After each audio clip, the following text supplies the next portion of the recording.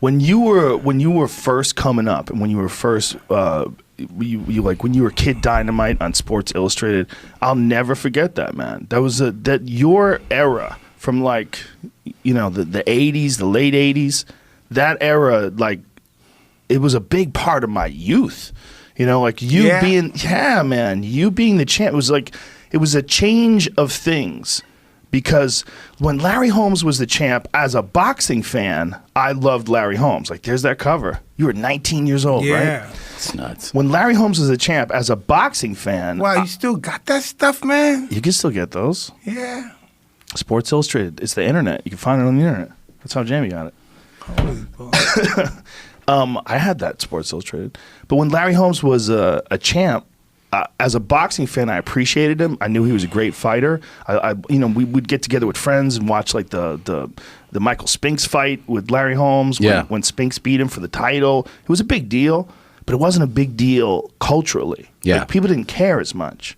But then you came around, and when you came around, all of a sudden everybody's watching heavyweight boxing. If heavyweight boxing wasn't boring again. It was the most crazy, exciting thing in sports. When your fights would go on, it would be about, should I pay for this? Because how long is this going to last?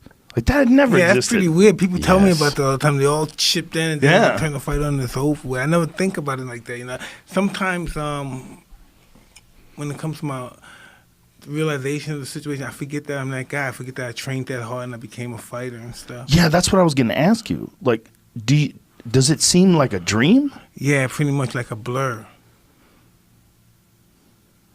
Because I couldn't imagine what it would be like to be 19 years old, 20 years old, to be that fucking famous. It was a trip. Who can handle that? Can anybody handle that? No, it was a trip, but it was just what Customato, that was his blueprint to make me this teenage superstar. Did he give you advice on how to handle pressure and fame? The pressure and everything, but he says really no ingredients on how to handle fame. You know what I mean? We have to see what department of fame is your problem, and we have to work on that issue from there. But no one knows how to conduct themselves under that kind of pressure.